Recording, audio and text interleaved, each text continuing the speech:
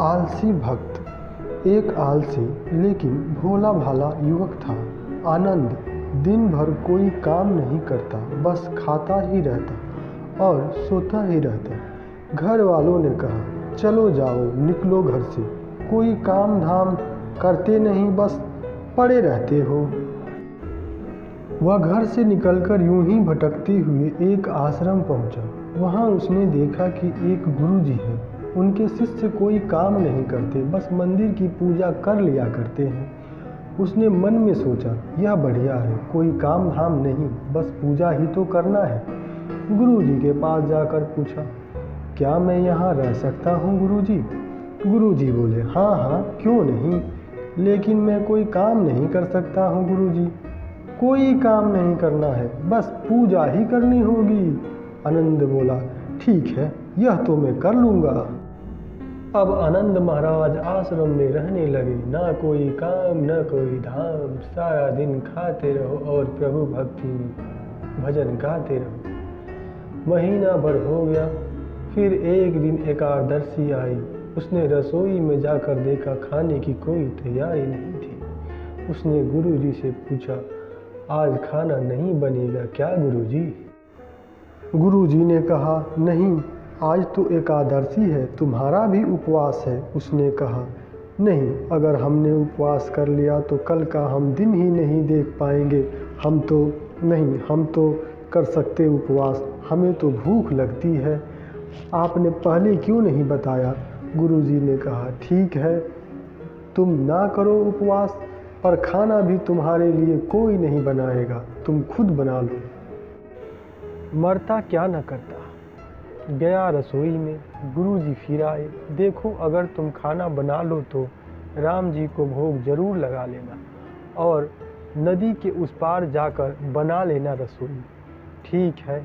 लकड़ी, आटा, तेल, घी, सब्जी लेकर आनंद महाराज चले गए। जैसे तैसे खाना भी बनाया। खाने लगे तो याद आया, गुरुजी ने कहा था कि श्री राम जी को भोग लगा लेना। वह भजन गाने लगे, आओ मेरे राम जी, भोग लगाओ श्री प्रभु, आइए आइए श्री राम जी, आइए आइए भोग लगाइए श्री राम। जब कोई न आया तो बेचैन हो गया कि यहाँ तो भूख लग रही है और कोई आ ही नहीं रहा है। भोला मानस जानता ही न था कि प्रभु साक्षात तो आते ही नहीं, पर गुरुजी की बात माननी जरूरी है। फिर उसने कहा, देखो प्रभु श्री राम जी, मैं समझ गया कि आप क्यों नहीं आ रहे हैं। मैंने शायद रूखा सूखा बनाया है और आपको तरमाल खाने की आदत है, इसलिए नहीं आ रहे हैं। तो सुनो प्रभु, आज वहाँ भी कुछ नहीं बना है।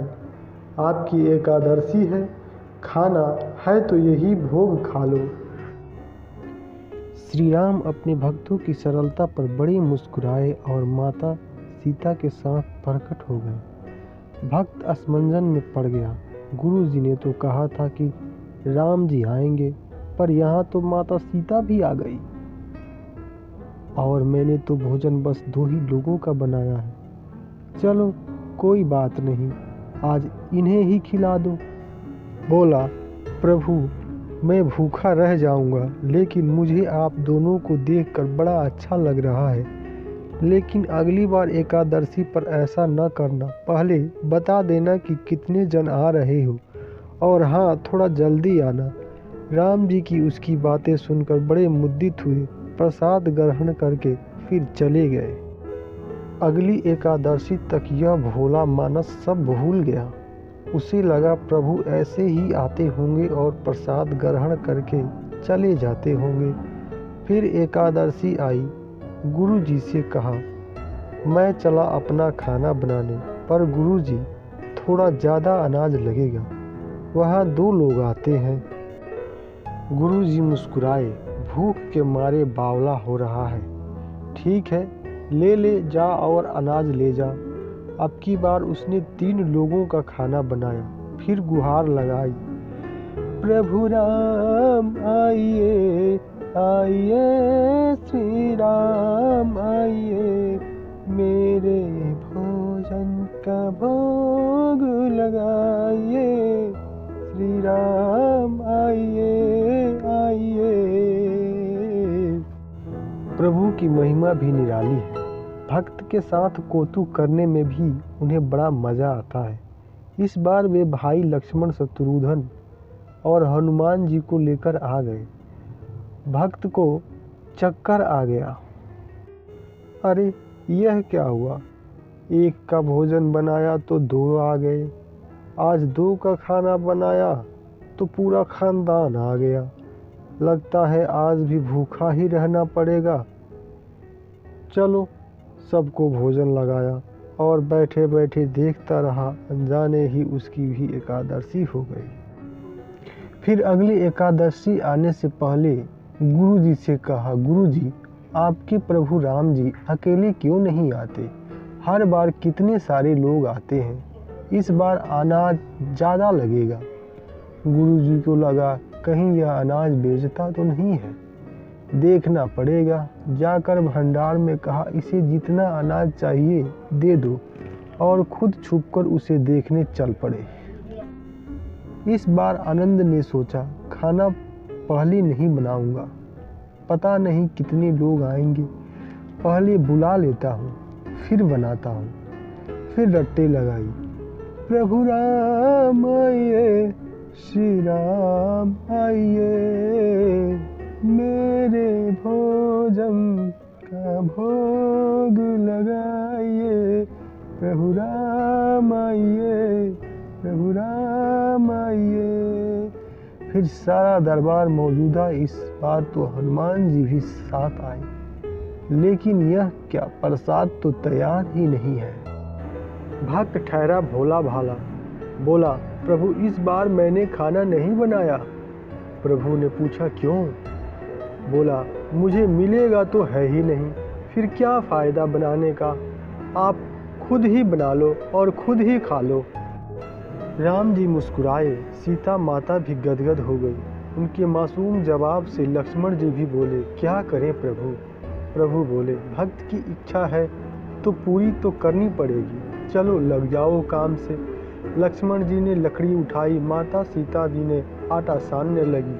भक्त एक तरफ बैठकर देखता रहा। माता सीता रसोई बना रही थी तो कई ऋषि मुनि, यक्ष, गंधर्व प्रसाद लेने आने लगे। इधर गुरुजी ने देखा खाना तो बना नहीं। भक्त एक कोने में बैठा है। पूछा, बेटा क्या बात है, खाना क्यों नहीं बनाया?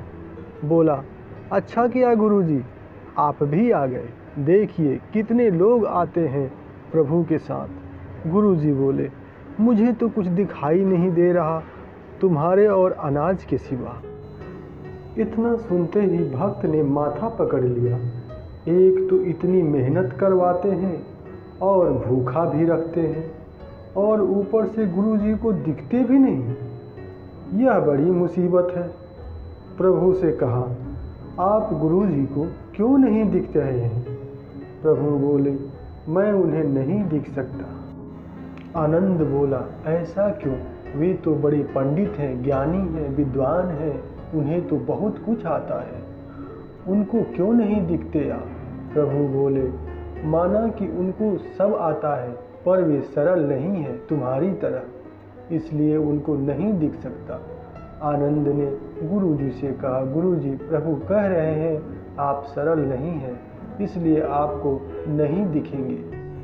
गुरुजी रोने लगे, वाकई मैंने सब कुछ पाया है, पर सरलता नहीं पा सका तुम्हारी तरह, और प्रभु तो मन की सरलता से मिलते हैं। इतना सुनते ही प्रभु प्रकट हो गए और गुरु को दर्शन दिए। इस तरह एक भक्त के कहने पर प्रभु ने रसोई भी बनाई।